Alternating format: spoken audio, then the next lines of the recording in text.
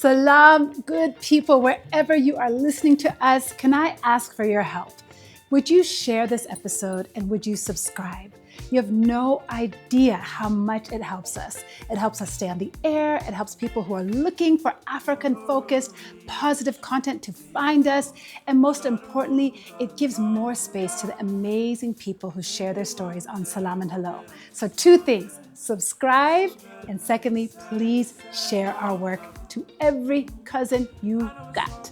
We are so grateful. Asante sana, namaste natin. Salam, everybody. It's Lilly, and welcome to this episode, which was recorded live at the 2026 Nairobi Literature Festival. I had the great privilege of moderating a conversation with 3 global writers, Safiya Sinclair, Lina Meruane, and Dr. Makoha. We talked about the theme, Mothers Loom Large, and we had a fantastic conversation about matriarchy, patriarchy, and how all of those themes weave in and out of their work and also our lives. I think you'll love this episode. As always with live events, there's a few audio bumps and bruises, but stick with it. It is a gorgeous conversation, and I know you're going to love it. So enjoy this conversation, Mothers Loom Large, recorded live at the 2026 Nairobi Literature Festival. Good evening. My name is Lilly, and I have the distinct honor of sitting among some incredible scholars and writers and teachers. I love that each one of you are also professors and teachers and instructing the next generation about really important themes of gender, of woman and manhood, of personhood, of the tensions that we live in when we come in family units. And on this Mother's Day, as we jump into this conversation, I thought it was interesting just to give us a little context for even the holiday, so to speak, of Mother's Day, which I think many would say is a capitalist movement at this point in time. But this morning I just looked to see the history of it. And what started off as one woman's effort to honor her personal mother, eventually in the late 1800s turned into an opportunity to really shift political power. During the season of the immense loss of the 1870s, the losses of the Civil War in the United States and the Franco-Prussian War, there was a writer and reformer, Julia Ward Howe, who changed kind of where the apostrophe sit instead of Mother's Day, the plural Mother's Day, to really emphasize the role of women in politics and to try to bring attention to that. And I think today's panel will have a chance to explore whether or not the work of many other women, men, writers, thinkers who have tried to move the needle on how we frame and think about our identity in this role and other roles, how that shows up. So thank you again to our panelists, and let's just jump right in. I'll start off with a question that any of you could take, and maybe each of you could speak to it, actually. Each of you write about against simplification, against oversimplifying our identities, wherever they may show up in our profession and our personal life. So I'd like to ask you, why do you think literature, uniquely, whether it's poetry, whether it's memoir, whatever genre we're in, why is literature uniquely capable of telling the truth about the contradictions that we live in, that they are not as simple as we seem? Why is the literature that conduit for each of you?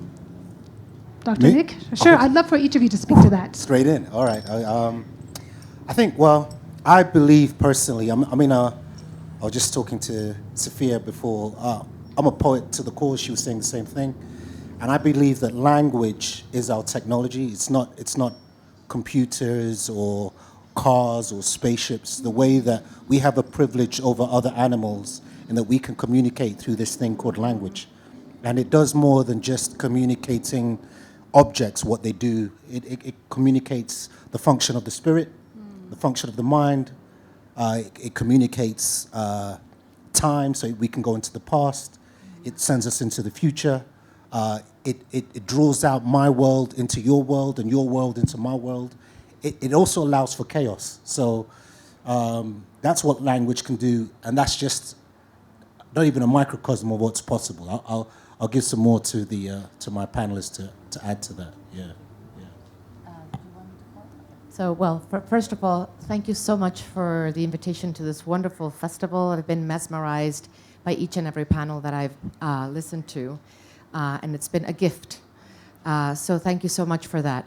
So trying to address the question that you had for us, I was thinking a lot about what language does and what literature does in times of contradiction and so many mixed messages that we're getting and how we deal with that. And I think that the way in which I address contradiction in literature is by giving myself time, which we often don't have in our daily lives, by giving ideas space, and also depth. So these three things have become so vital for me and have made my literary practice meaningful, because in my daily life, I don't have any of these three things. But when I sit down, I discover what I think, what I feel. I think against the grain. I think against myself even, to dig deeper into all these things that are happening so quickly. So literature, I didn't know this when I was starting to write, but literature has allowed me to do this both in the essayistic form, but also, which is usually very creative and fiery, as my presenter, the previous presenter said, and I love that for myself. But also in the less direct, more sinuous way that novels and short stories and sometimes poems or plays allow us to. So there's always like a question that is hanging there that gets addressed in a specific genre, but it is addressed with time, space, and depth. Yeah. I mean, I feel like they both said it so well. I also want to say hi to everyone. I'm very happy to be here. It's my first time in Kenya. And I mean, how did I get here? How am I here with you all in Nairobi? It's because of literature. It's because of language and the possibilities that it creates. And I really, truly believe that. I love the theme of the panel today about mothers. Because, if you've read my book, my mother has had such lasting impact on my life through books, through literature, which she gifted to me when I was a young girl. I think because she also, when she was a young girl, saw the possibilities and the expansiveness of literature and what it gave to her. And so she then gifted it to me. And so a large part of why I'm a writer is because I have that love of language, but that love of language was given to me by my mother, who loved poetry, and she would have me and my siblings memorize and recite poems. And she is the person who handed me my first collection of poems when I was having a particularly difficult moment in my young life. And she said, I think poetry will help you. And she was right. It did help me. It helped me kind of deal with the pains of adolescence, of trying to figure out who I was as a young woman, of finding my voice, of figuring out what I wanted to say, and that eventually that what I did want to say had importance, that my voice mattered. And that was given to me by literature and by extension, my mother. It's really beautiful to hear all of you who have written so deeply and significantly over the years, somehow simplified your responses, whether language now becomes science, becomes time, it becomes medicine almost, hearing you say it. So I'd love to just now to turn to each one of your specific works and talk about how that manifests. So Nick, let me start with you, with the theme in mind, that mothers loom large. You write in your poetry about inheritance, about migration. Your story is incredibly moving, and I think it's one that our audience here that represents so many of the diaspora, many Kenyans, but also other Pan-Africans here, can relate to.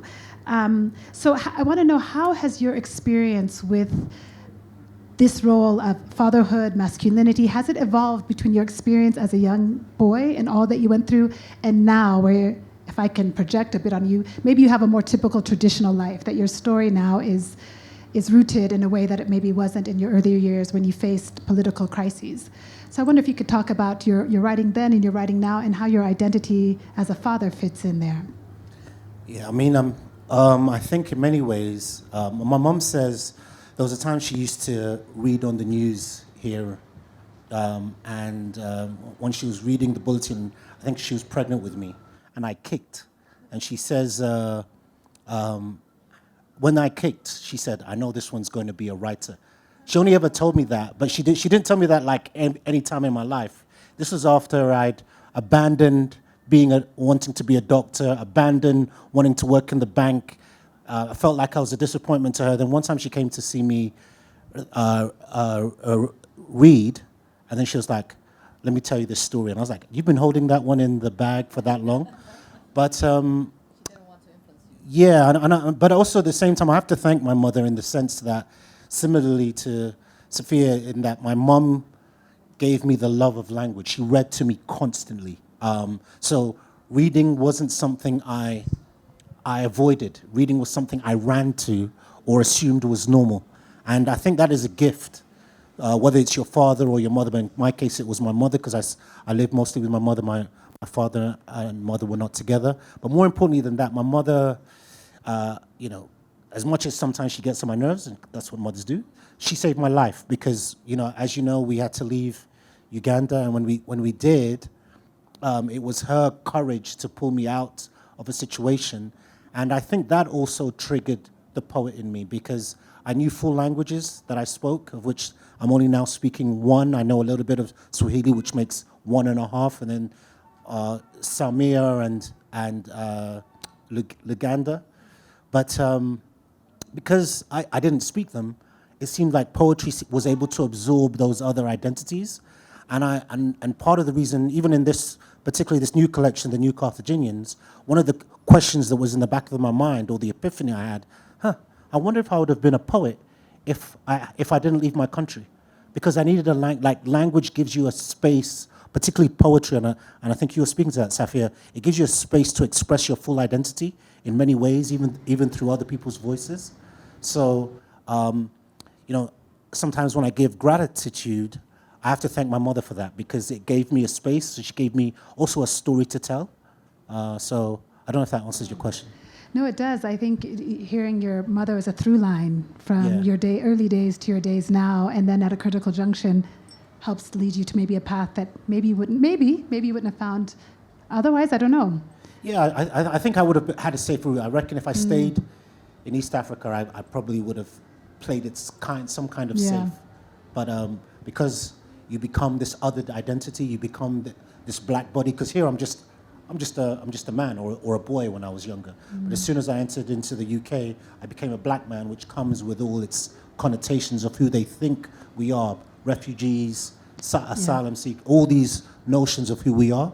So I think language gave me this space to be my real self, as opposed to this superimposed version of who they thought I was. I said to our panelists earlier that my only fear tonight is that we're not going to have enough time. Could each one of them have such extraordinary contributions to give us this evening? And Nick is the founder of the Obsidian Foundation, which specifically centers Black poetry. And one of my questions for you later is why that was necessary. And just hearing you talk about becoming a Black man when you left Uganda is such an important idea, I think, for us to sit with longer. So we'll come back to that. Okay. Safiya, I want to just build on what Nick was talking about this importance of his mother giving him a bit of a compass at a time where he was thinking about identity and profession and how that looks like. Your mother is so central to your story, but you also there. You're very present. We see you, we hear your voice, we experience your emotions as we read How to Say Babylon. But I'm curious, did you ever think about writing a book of fiction to allow yourself more place to play with who she was or who you were, as opposed to a memoir, which kind of makes you beholden to truth and facts and a timeline? Did you wrestle with kind of what genre would serve this story best? No. All right, next question. Woo! Thank you. No, I mean, I like truth. That's a good answer. That's a good answer, yeah. I like truth. I like facts. I also, one of the things that I came to realize is that telling my story and claiming it as mine, as my life, was the most crucial thing. Because it was important to anybody who's ever grown up in a space where they felt voiceless, or they felt oppressed, or they felt that parts of themselves or their identities were being stifled. you know, I meet so many young girls now who say, I grew up in the same way or I'm going through the same thing.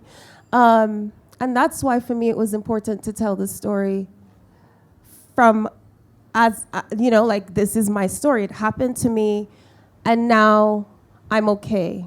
On the other side of it, you know, you too can come through it and survive, and you too will be okay, and that your words have power, and what you have to say is important. So for me, no, fiction was never a part of it. Yeah. It's a vulnerable choice, you know, to write your life story and put it on a page. And I'm going to come back to a little bit more digging into that. I mean, they had a lawyer read the whole thing. And, you know, the lawyer was like, is your father going to sue you? Yeah. And I was like, you know, Rasta don't believe in suing, so we're good. I'm okay. So you're good. I'm all right. So far, so good. I'm okay. Yes. Stay so. That's Babylon. The law, that's Babylon. Yes. Lina, I want to come to you and talk a little bit about language. Part of what this festival is focusing on is the South-to-South connection. And your story, your roots are in multiple places, if that's fair to say. And you write deeply about your Palestinian heritage. You write, of course, in Spanish as your primary conduit for your stories. So I'm curious, when you are in the room with different audiences, today's audience is wildly diverse, even though we're here in Nairobi with many people from here. We have a very diverse audience.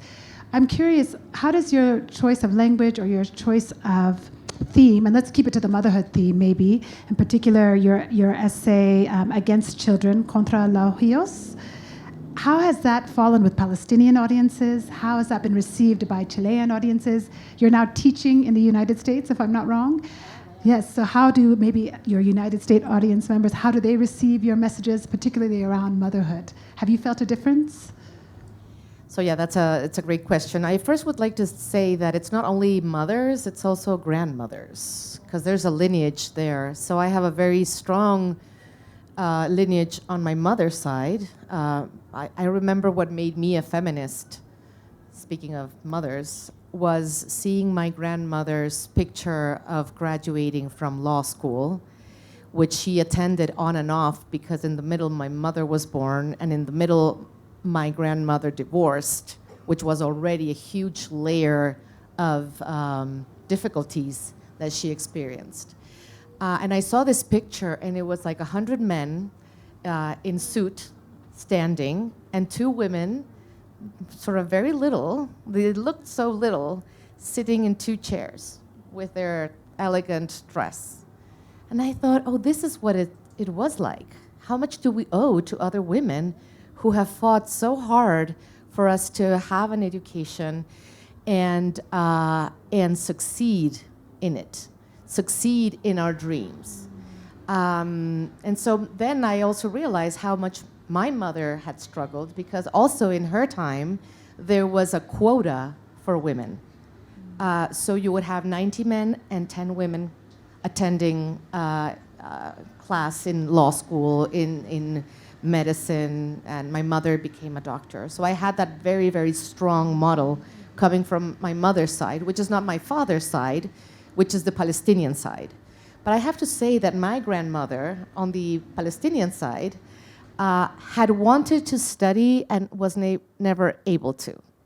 Her time was difficult, her family was more difficult. So she made very sure that my aunts and my father went to university. And so I think that is something that has been super important in my life. And I think that I have valued teaching precisely because I value so much the possibility and the actuality of education. So my mother gave me another gift, which was very important. She once told me when I was like 15, she said, you know, motherhood is not easy. So if you don't fall in love with the idea of motherhood, don't do it. And I thought, great, because I didn't want to be a mother. So this is where I think things started for me. I kind of knew that I was not going to become a mother. That was not my dream. And one thing is to have a talent, and the other thing is to be obliged to pursue that talent, meaning becoming a mother. So this is something that was very dear to me as I don't have that wish. It's not in me to be that. But I did feel a lot of pressure growing up. And that's why I wrote my diatribe against children, which I'm not really against children. But I am, it's an essay that explores and thinks through what children have become today in our capitalist societies. And I also wanted to share one more thing, speaking of violence and the possibility of violence. The moment I started writing that book was when 20 years after I graduated from university, and I was already a writer, I got through Facebook a message from a dear friend who had wanted to be my boyfriend, but didn't, because I decided not to go that path. And so he sent me a message. We had been very good friends, just I didn't want to, I didn't fall in love with him. So he sent me a message after these 20 years, and he actually became a father very soon in his life. Not with me, obviously, with the next girl. And I knew that he had actually married this woman and had more children. So when he showed up on Facebook, I said, "Oh, so lovely to hear from you. And how are you doing? How has your life been?" And he said, "I am such a happy father. Every time I come back from work, my children run to me. And this is the finest moment of my day." And I was so happy to hear that. And then he said, "So what about you? Did you have children, or are you going to be like American women who have children when they should be grandmothers?" That was the end of the conversation. I took that very seriously because I was angry, but then I thought, why is it so important for him to show up and say that? Why is it so important to insult me in that way, right? Through me not having children, because he knew I hadn't had. We were part of a community. So I thought, oh, this is an interesting question. It still bothers a few people that some women are choosing not to have children. Why is that? And that's how I started thinking, and that's why I wrote that book. I'm assuming this person is Chilean? Of course. Okay. So, well, but my question was going to be, I wonder if the response would have been different. Your question was otherwise. larger, but I couldn't address everything you asked. We need to extend this session till tomorrow, if that's okay with everyone. I wonder if some of us here may say that might have been a similar response that they would have gotten from a Kenyan partner or an Ethiopian partner or a Jamaican partner, I don't know, or a Ugandan partner. Maybe there's always nuance. None of us are monolith. Just wanted to let that pass. I want to sit with that a little bit longer, though, because you used the word offense, if I'm not wrong. Like, why did that offend him? Why did my personal point of view offend him? When all of you are writing, there are important notions you're pointing out in each of your cultures, your respective cultures. Lina, you've asked us to examine, are children being tokenized? Are women's bodies simply a means of political movement? Are they autonomous in any way? Safiya, you've pointed to an entire, faith community to say, what can they give us and how could they change? And are they serving as they intend to serve? Is there something there that could possibly be better or different, for families, for girls, for women? Nick, you point to points in your story where there were gaps, and I think to me, when I read your poetry in particular, you seem to be speaking to men to say these are ways that we can exist differently and even better. So when you're writing, there's always the personal process. You're writing, there's a page or a tablet or a laptop, and then there's this. There's the faces of the people who have read your work and who have followed your work and who are internalizing your work in different ways.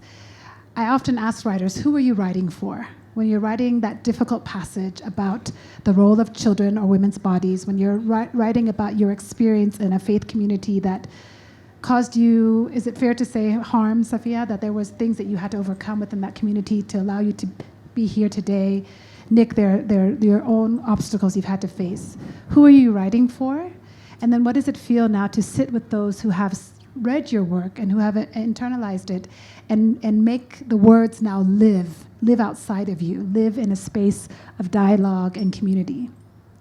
Is that clear at all? Yes, okay. I just want to have coffee with them individually, but we've invited all of you to come along with us. So, Nick, you want to start? Okay, thank you. I think when I write for different, I guess, audiences, as you're calling them, at different times. So I said this the other day, I realize I'm a spiritual being. So on some level, I'm always talking to God. And Lee Young Lee, it's one of my favorite books, I always read it before I start anything, has a book called Breaking the Alabaster Jar, where he says, you should write as if God is in the other room, because then you say what you really want to say. You can't lie to God, if that makes sense. So that's not that I do that intentionally, but that's one audience that's always there. I'm always talking to God, and on some level, I'm always talking to myself. I don't know if that makes sense, but it makes sense to me. And then the other thing is, I have to write a story that I would want to hear. So if it doesn't move me, I'm just using words. You know, like you have those people, they just keep talking and talking. It's very easy to be that as a writer, because this is as much as it's hard to write, it is a privilege also to write. So in that privilege, I have to write something that moves me. I realize now that I'm getting older, on some level, the other thing you realize is that, sometimes we're telling stories that are not just our stories, they're somebody else's story. So if we keep silent, then the story doesn't get released.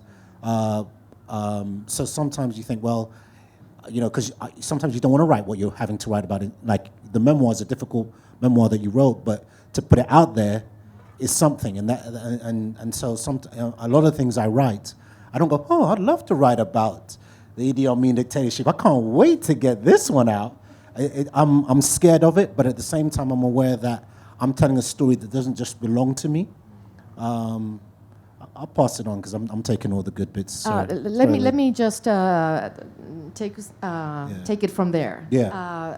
It's interesting how one thinks that the story only matters to us. Yeah. And we want to share it.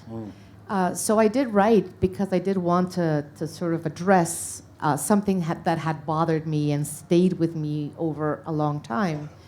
And all these things that I had seen through my grandmothers and my mom, etc. But I really honestly believed that the question of motherhood or not being a mother only mattered to me. And so I wrote my short diatribe. And in the first presentation in Mexico, because I published it first in Mexico, there were so many people. I've never had so many people come to the launch of a book of mine. And I was like, wow, that's very strange.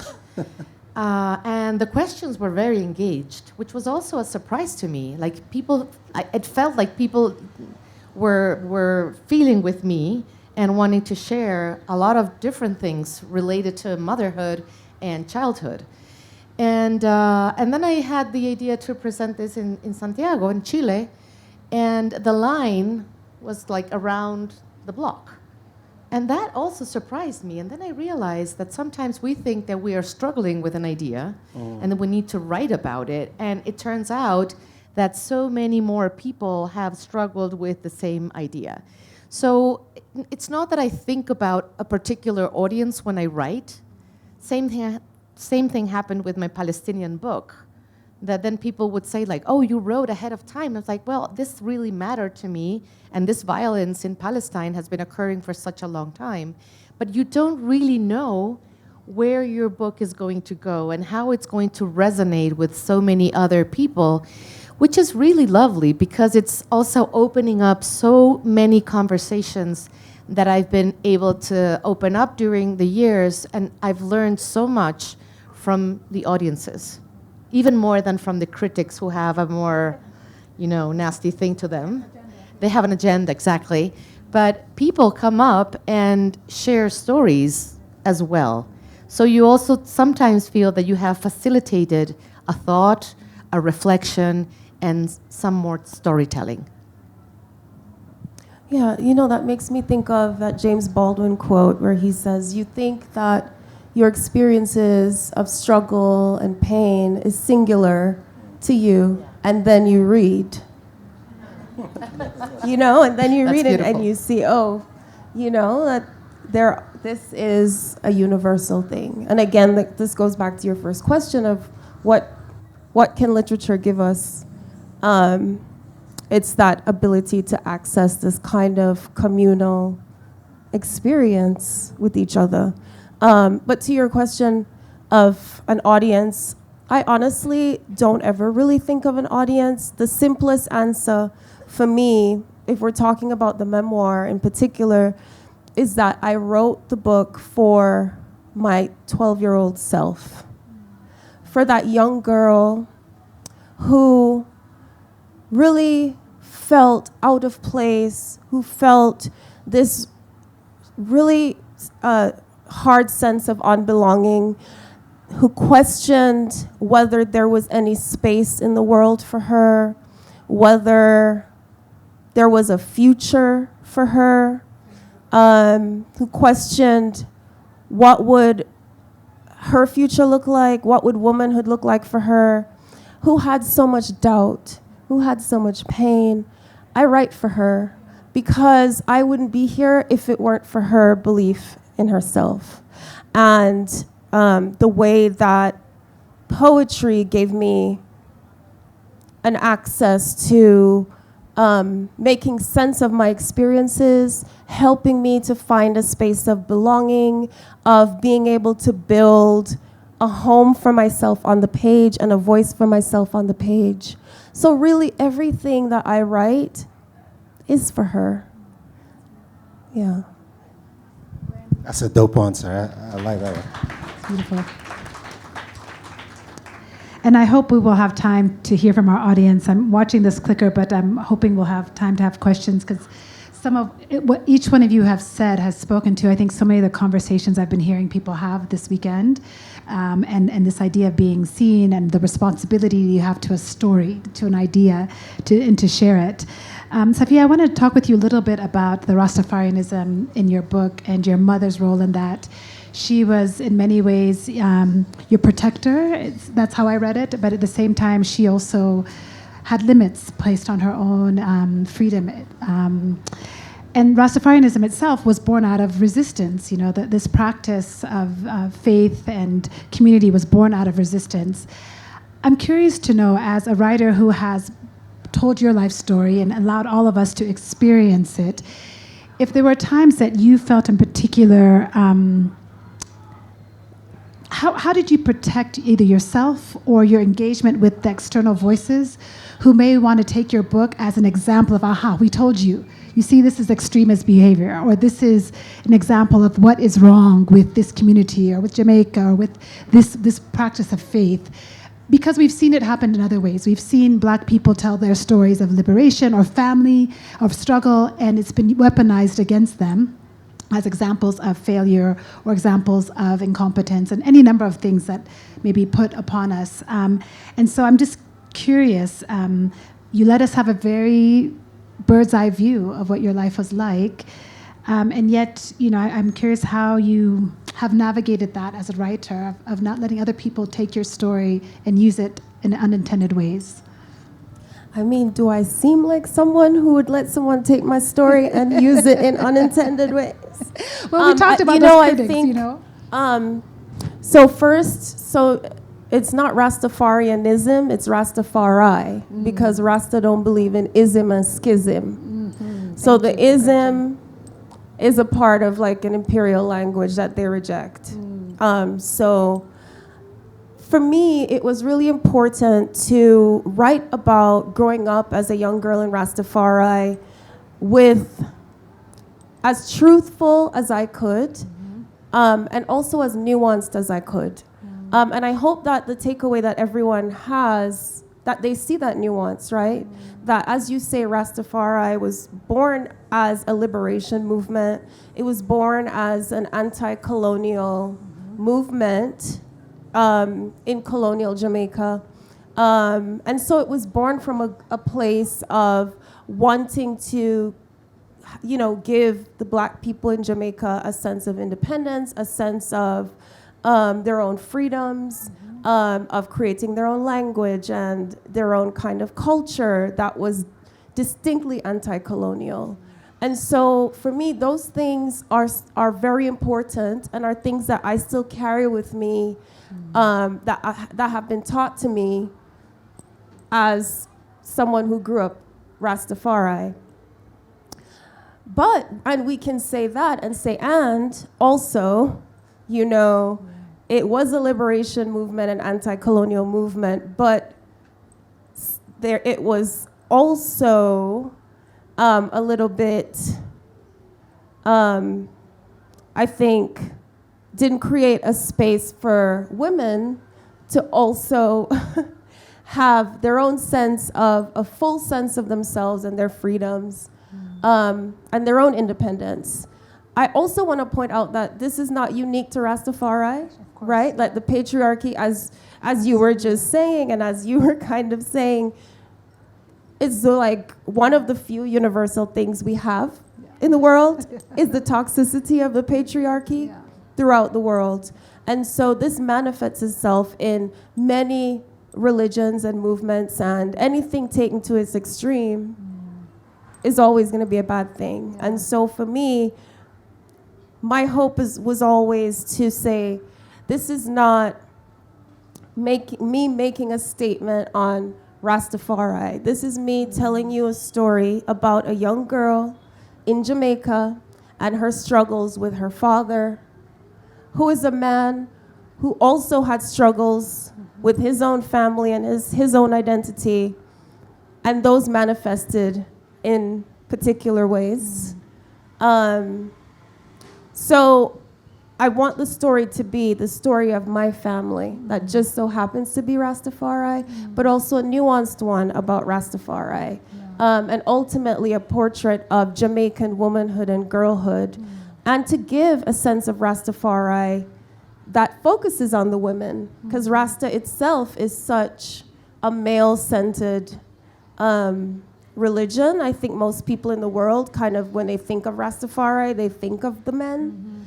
And so for me, it's important to expand the view of Rastafari as well in all these different ways. But I meet so many women around the world who have grown up Mormon, who've grown up Jewish, who've grown up Christian, who've grown up Muslim, and they've said, I relate. Yeah, absolutely. There's so much universality in all of your work, and you have a beautiful line in your book that says, referencing your parents, while he warned us of Babylon, she showed us Zion. Such a beautiful capture in a religion that might center the man, how you centered your mother. It's really, really beautiful. Lina, you have written so powerfully both about women and feminism, and also about Palestine. So I want to just come back again to your roots, because there was a line from your book. Let me just pull it up so I say it correctly. From Become Palestine, that you talk eventually, and I'm pulling a quote out. So please correct me if I misplace it. That your identity became a thick scar that eventually you wanted to show off. And that made me think of an episiotomy scar that I have from the C-section I had years ago, and how something painful like motherhood and all of its physical and emotional toll that it takes on the woman and in society more broadly. If we can also conjecture, I guess, is there a possibility to project that idea of a scar that eventually becomes a point of pride? Can you see the connection there between womanhood and motherhood, and is there a parallel? Yeah, that's a lot to put together, actually. But as you can see, you mentioned Palestine and the lights go off. This wouldn't be the first time. Free Palestine. Yeah, free Palestine. Yes, yes. So, so I grew up in a family of. I am half Palestinian, so to speak, right? But the Palestinians, who are a very, very large community, the largest community of Palestinians, actually, outside of the Arab world, are in Chile. It's a very large community, but it's also a very integrated and even, I would say, assimilated community. What is happening?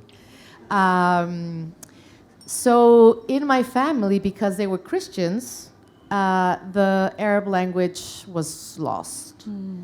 The Muslim community tended to retain the language because they kept on praying in Arabic. But for Christians, that was not the case. So also the pressures of assimilation, this is very colonial, right? This is part of the colonial mindset.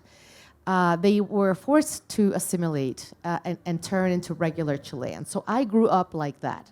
So I knew I had a Palestinian side of my family, but I never thought about it.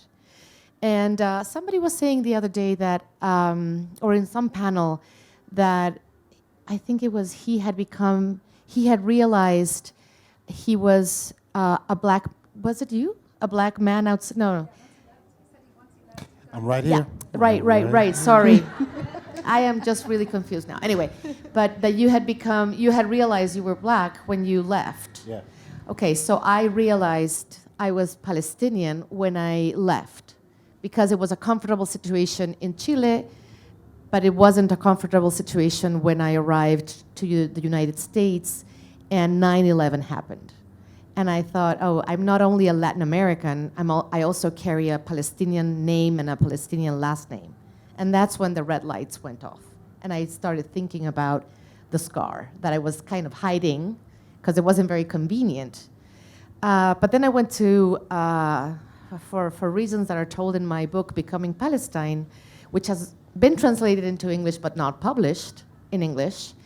When I traveled to my grandfather's birthplace, which was Beit Jala, which is in the so-called West Bank, Palestine.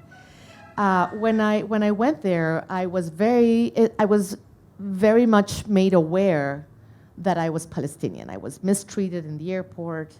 I was interrogated for a few hours. Everything was taken away from me. So I actually eventually got on the plane with my passport in my hand as the only thing I had.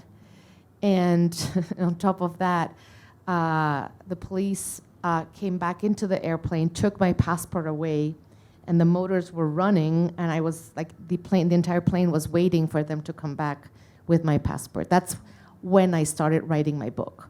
And I think that is what eventually turned me into a Palestinian. In Spanish, the title is Volverse Palestina, which is a super beautiful word because the verb in English would be, the same verb goes for to return and to become.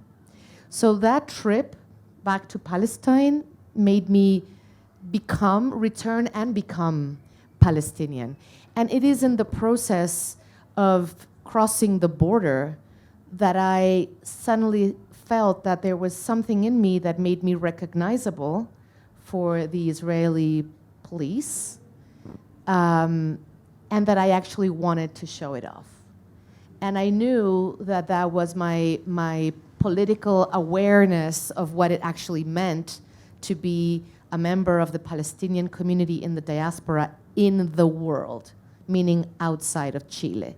This does not necessarily have so much to do with my mother, although I have to say that it was my mother who, for many years, tried to convince my father, my non-Palestinian mother trying to convince my Palestinian father to return to his father's birthplace.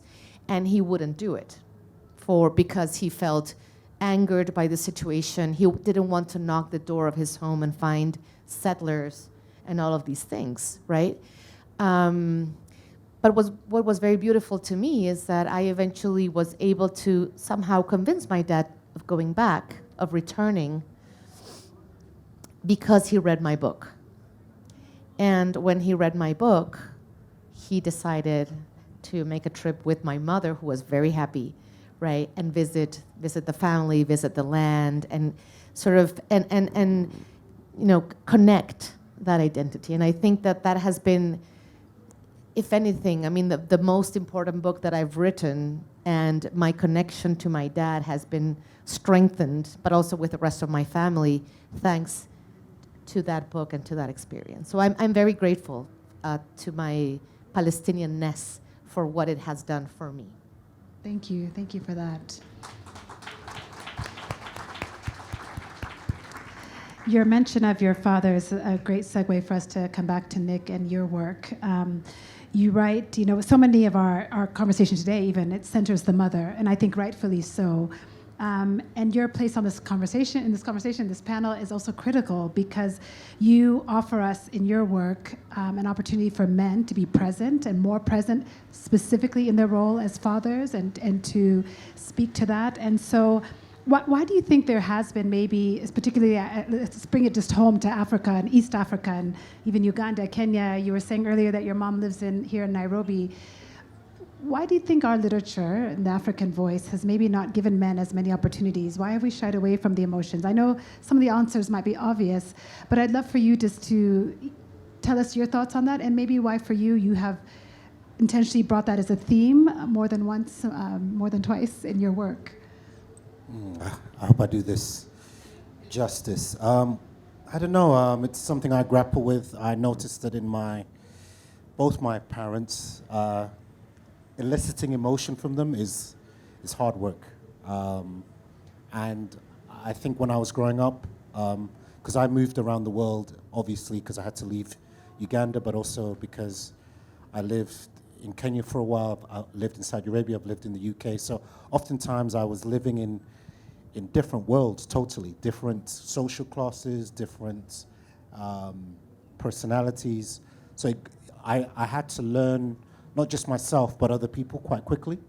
And I had to learn how to connect quickly. And I don't know what it is about the African culture. Maybe we have a natural pride, or we feel that things happen a certain way. I don't want to read too much into that, but I know that I made a decision when I was younger. I don't know if I'm succeeding because I'm a father now, and I'm a husband, I'm a man. I've been a man most of my life. But, yeah, it's true. But one of the promises I wanted to make was that I would release my emotion, because oftentimes I had to hold my emotion as an othered body, the black body, a colored body moving through the world. You never get to fully express yourself. Just as you return back to your homeland, you were talking about that, Lina. You know, you're fully Palestinian, but you're made to feel as if you've done something wrong coming back to your homeland. And that is an experience that I've had, you know, sometimes coming back to Uganda, sometimes even coming back here to Kenya. Sometimes I'm made to feel othered. Yet this is where I feel most at home, but my accent will give me away, the way I dress will give me away when I go back the other way. And so one of the things I realized with both my children is I wanted them to, regardless of my failings, because you can never be a perfect parent all the time, I wanted to show them that I love them and that my emotions about them were real. Because I think we live in a world where we assume, and this is the only point I will make an assertion, I think African parents assume that we should know that they love us. And they do not think that we need a distilling of that love in some kind of action, conversation, reassurance, becoming, because that's how we become you don't just go to a plant, grow, and it grows. I mean, that's God's job, but it actually needs nurturing. And I think we just assume from the African, well, I gave you school fees, I was there's the love. And if you can't see it, you're an idiot. You know, whereas the reality is we need that tenderness, that intimacy, or at least I do, and I had to admit that to myself. Otherwise, you're just a bottle of confusion and a bottle of rage. And they're going through enough, especially in this digital world where the world is actually lying to them most of the time.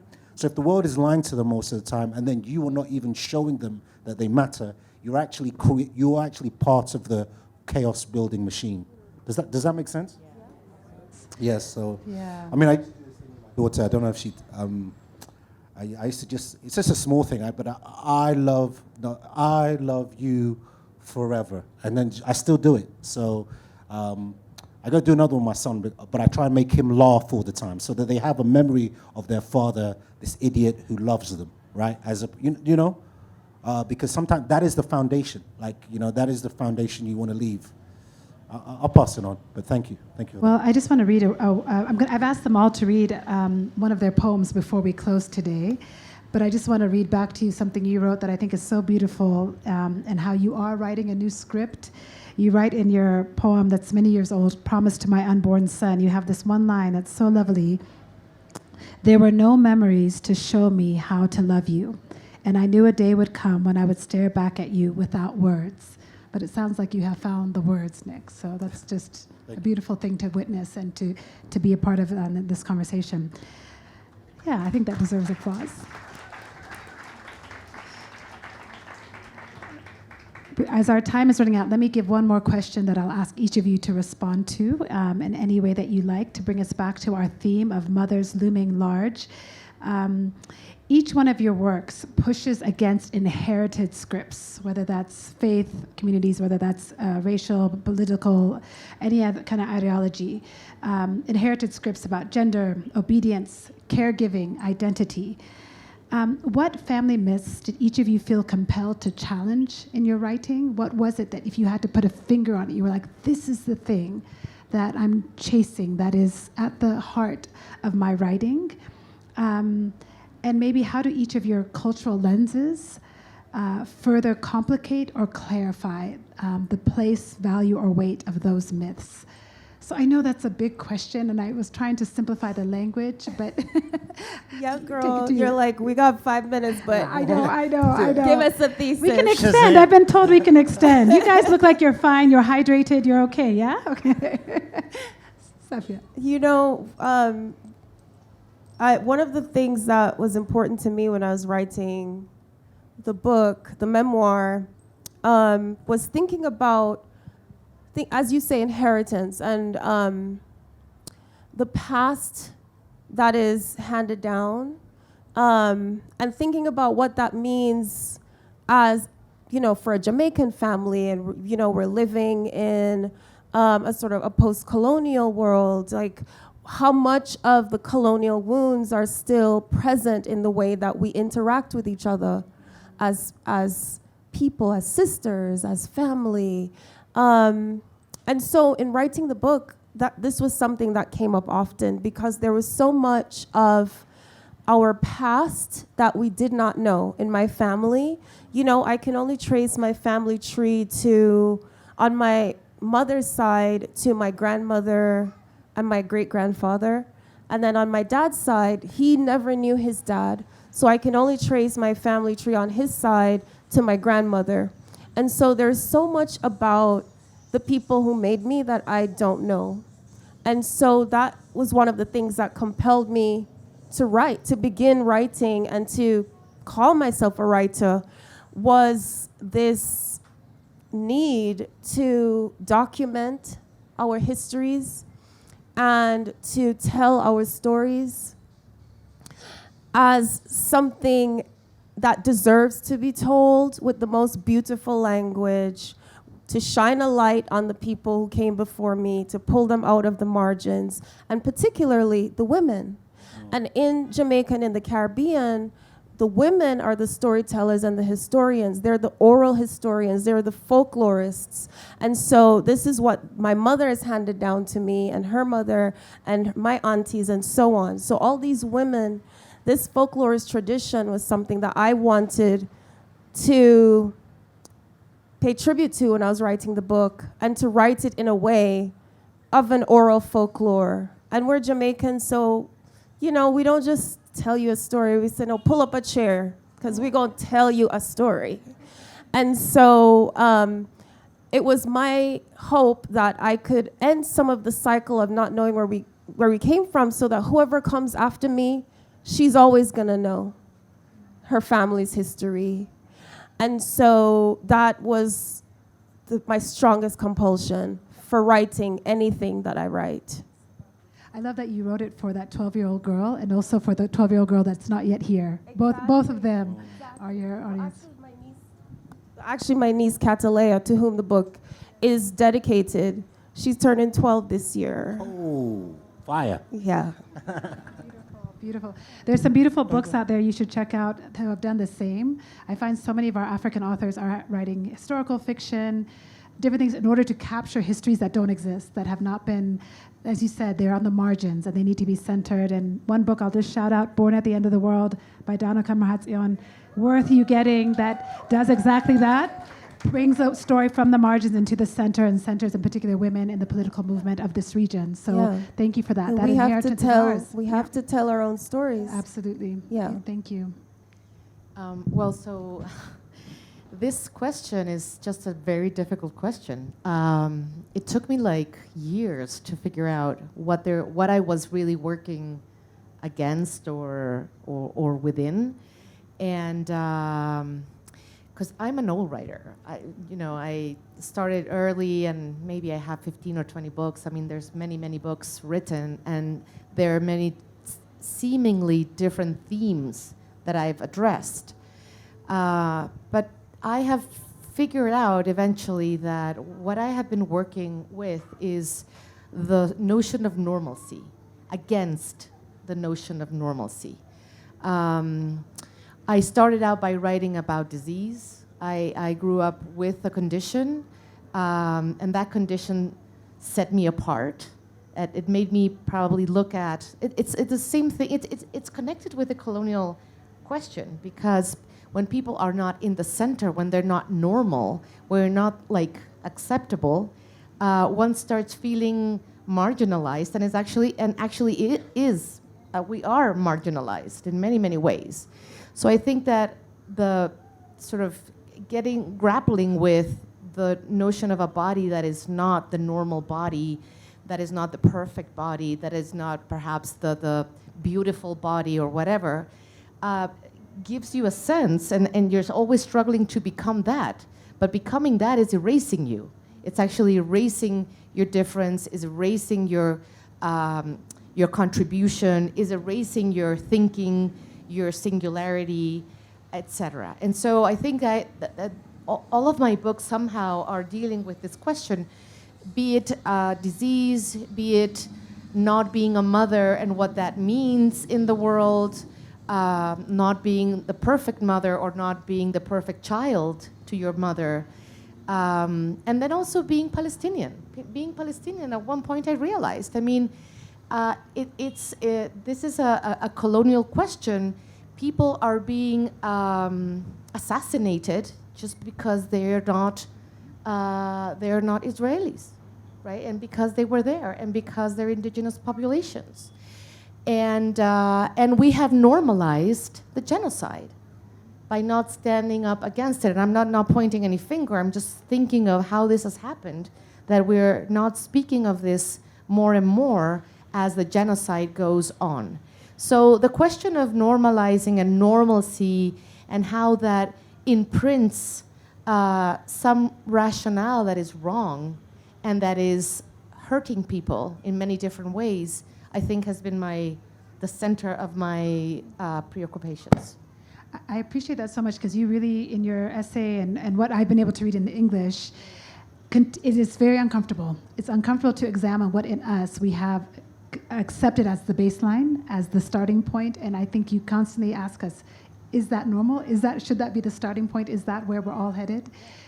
It's an important conversation to have. It's an important question to ask to ourselves. So thank you for that. Nick, your thoughts? I'm such a man, I've forgotten the question. I was asking about the myths that may have informed some of your writing, and kind of what were you chasing when there was a theme, a through line? I'm ready now. Yes. I'm ready. I'm back. Okay, you're back. All right, so a few things. I think the myth of the African story, as if we are kind of these prehistoric beings. We live inside of the colonial experiment as if it's the truth. We live inside of all of these things. We live as if that is the way we should be, and there is actually another. Well, there are many ways we could be, but and also what it does is it silences us.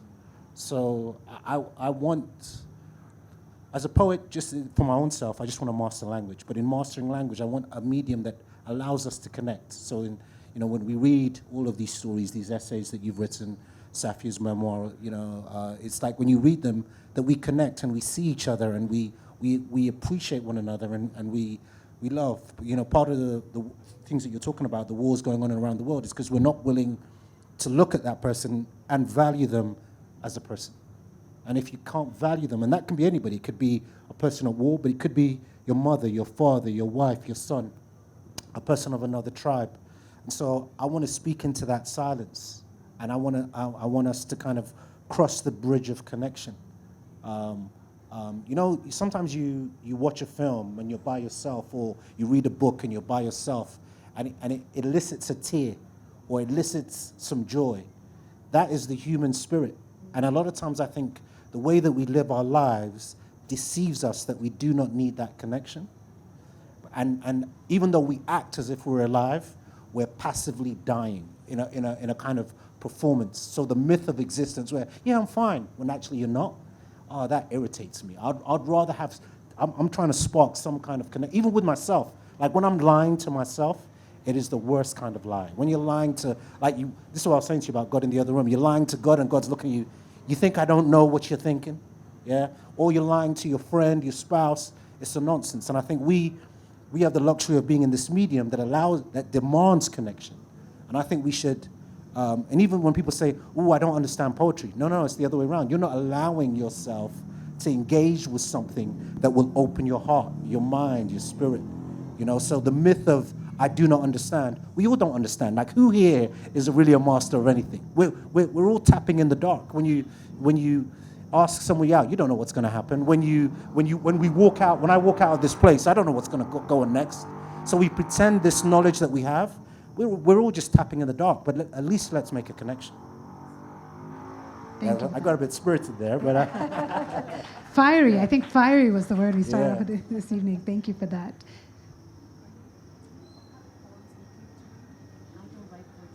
I have one. Yeah, I have one.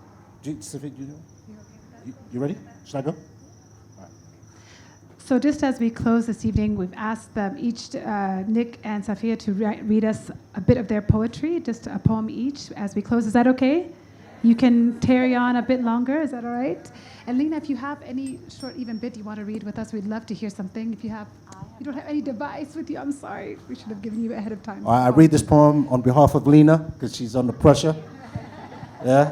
For the people of Palestine. There you go. All right, so this poem is called Flight. It's from the New Carthaginians. It has 3 characters, so if you're wondering.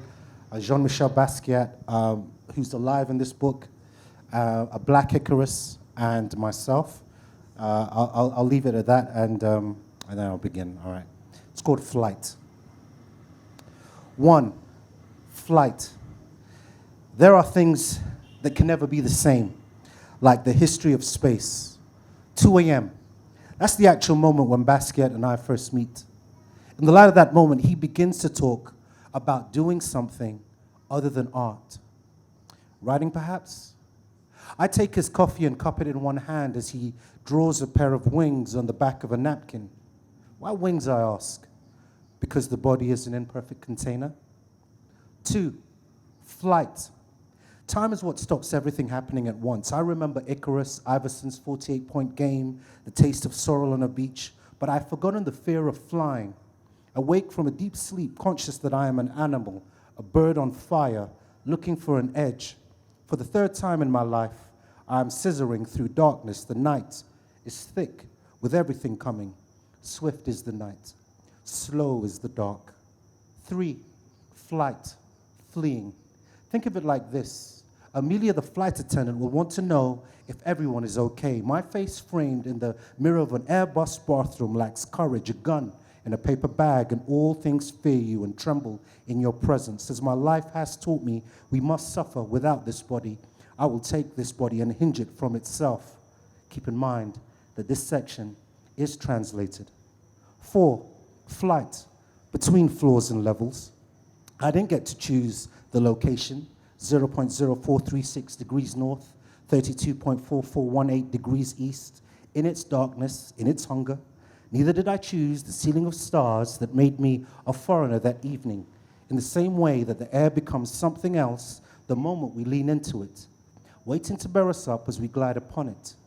Then I too am a new thing, born of another language. I am both familiar and unfamiliar. 5, flight. A selection of small portions. Now, this photo is taken towards the end of the shoot. It is a love movement. If you add captions under the sound of the rain pounding, you can hear my father ask the cameraman, will the light displace us? Stevie Wonder is playing.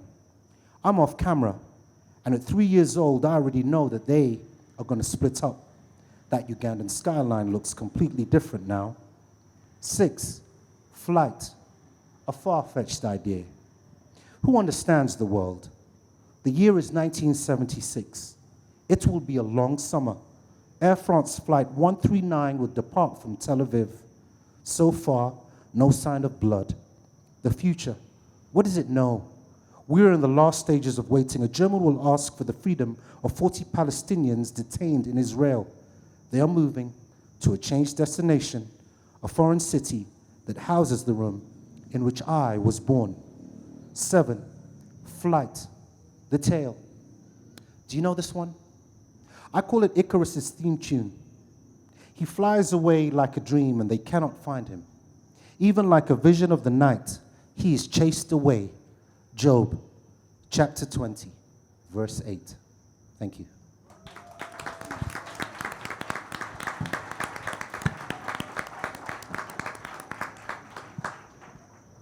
Beautiful.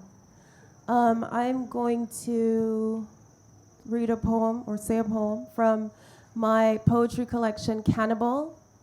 And the book is called Cannibal because of the linguistic history of the word.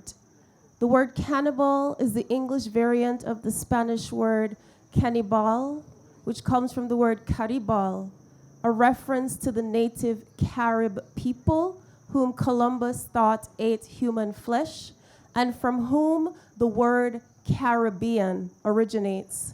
So by virtue of being Caribbean, all West Indian people like me are already, in a purely linguistic sense, born savage. This is home. Have I forgotten it?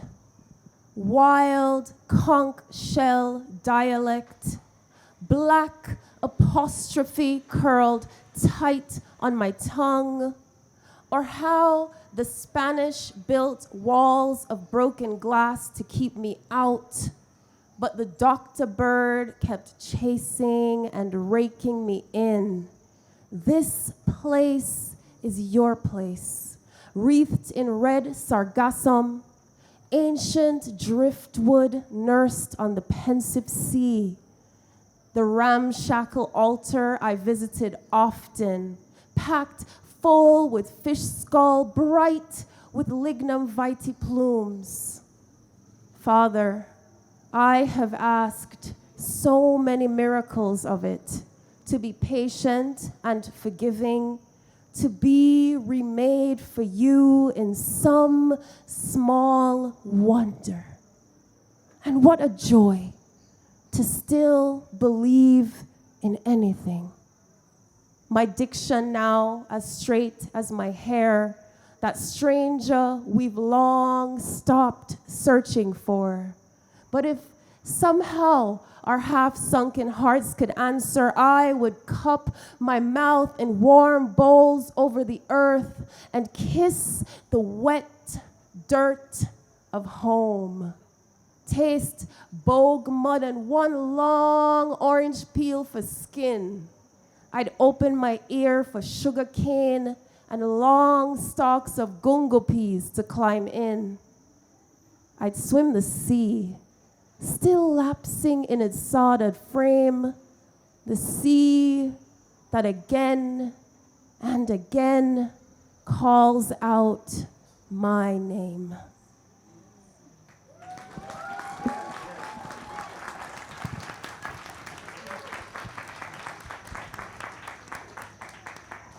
Asanteni sana, sana, sana. You have thrilled us this evening with your words, with your work, with your insights. We are better for it. Thank you so much for being a part of this conversation. And thank you to all of you for staying for the last session of the Nairobi Literature Festival. Asanteni. Thank you. Thank you very much. I think because it's the last session, we can take a few questions. Yes? A couple of questions. You guys feeling okay? Great. Awesome. I don't think they can see the audience at all. I don't know if there's a way to dim the lights just a little bit so they can see, because we can't even see the hands. Okay. Can you see? Okay. Yes, I see one hand there. What's your name, Mom? Anna. Okay, great. Another hand? Help you. Another hand? Just so we can see, we collect our few. Do you see somebody? Could you put your hand up so I can see, kindly? Okay, we're going to start with you, Anna, and then we go to someone else. Go ahead, please. Thank you. Happy Mother's Day, everyone. I have a question for Nick on mythology. Could you tell us some impactful mythology on motherhood and parenting? Because I've read a bit of your book, and it's full of mythology. Motherhood and parenting, mythology. I don't know if I could tell you about mythology specifically, but one of the things I know that I do, which I don't know if other poets do, is I always question my relationship to the people I love while I'm writing the book. Because oftentimes, writing takes you away from the people that you love. Because you have to enter what I call, because I'm a poet, I write other forms of work, but when I'm writing poetry, I'm in the poetry realm. When I'm writing theater, I'm in the theater realm. But I still have to, something that language does is that it reckons with you. So you think you can avoid your life, but when you write, it brings up your life. And so, Marlon James in his Tolkien lectures talks about the importance of myth. And so one of the things I noticed that when I write, it questions every part of my being, my manhood, my pride, my selfishness, and this is what myth is for. Myth isn't just, oh, that's an amazing story. It actually is supposed to question the mental and spiritual psyche and have us deal with difficult subject matter. So even though, like, for example, your book is a memoir, on some level, it's a mythology, right? And even though you're talking your essay about motherhood, it's also, that's why the people are coming around the block, because they're looking at that and thinking, oh, finally somebody has said it. So you have to give language to, even though I might be thinking, oh, I'm just going to write about Uganda, what will come up is the mythology of Uganda. And it will come up through your existence, and you have to allow that to be. So oftentimes when I'm watching things, I'm looking for like tropes of other mythologies that are sitting inside the work. So for example, in my work, the mythology that's equivalent, which I think I told a few people because you did the masterclass, is that when I was crying in front of the Basquiat paintings, it was similar to when Aeneas is crying in front of the temple of Juno. But that crying is my crying for my people, my country, my identity, my relationship with my mother, which on some levels is fractured, not for anything of her doing, but because she was a single mother living in a colonial system, living in a white space, which meant that she couldn't always be around me. But that crying was bringing up things that ordinarily I wouldn't talk about. So I wouldn't, first time I'm seeing, I only have her on my bookshelf, but first time I'm seeing you. So I wouldn't go up to Safiya and say, hey, by the way, did you know that me and my mother didn't really, because I didn't get, you wouldn't say that. But the book, the mythology of the book, allows that to arise. I hope that answers your question. Yeah. Fantastic. Let me get down here so I can see. Do we have another question for any of our panelists? Yes, ma'am. And the lovely mustard. Let me just give you my microphone to make it easier. Here we go. Thank you so much. First of all, a huge congratulations to the panel. That was so wonderful to sit and listen and sit and listen to that conversation. I think for me, my question is definitely for Saf. Because I think, so you are a recent introduction to my world, and because I was unable to get the book, I ended up listening to the audio version of your book, which to me, I would say to anyone who has a chance to, is experience her book on audio. And I remember when I first started to listen, I was like, oh, her voice is too gentle. I don't think I could do it. And then eventually I was like, oh my goodness, such power in her voice. And whenever you talked about like things, Rastafari, your voice changed. But that's not the question. Here's my question. I'm sorry for rambling. Fine, girl. All right. I think because I, in many ways, and I'm sure many people have told you, they identify with your story. And I loved your relationship with your mom so much.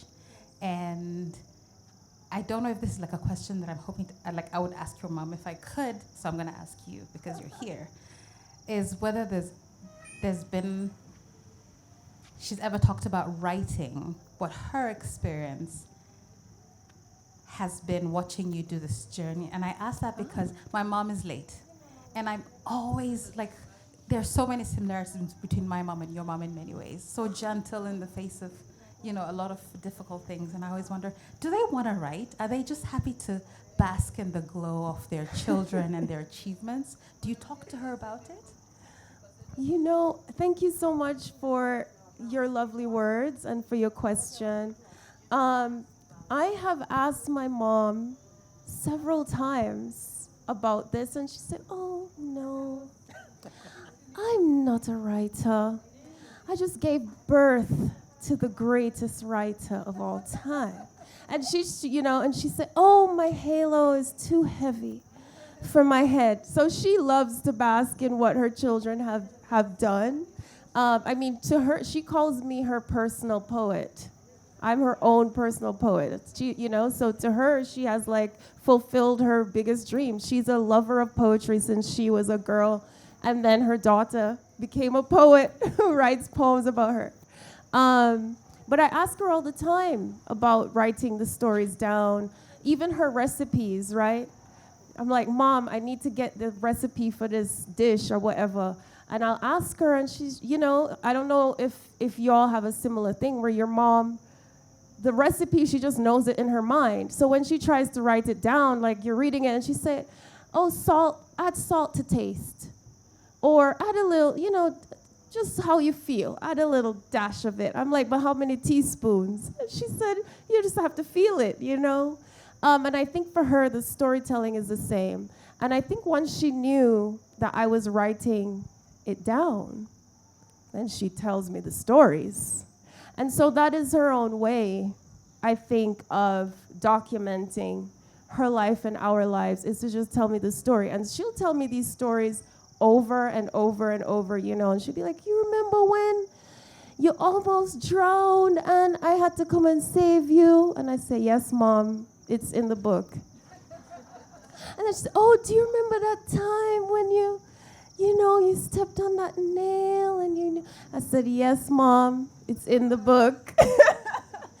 And so she tells me the stories over and over. And for me, I recognize that.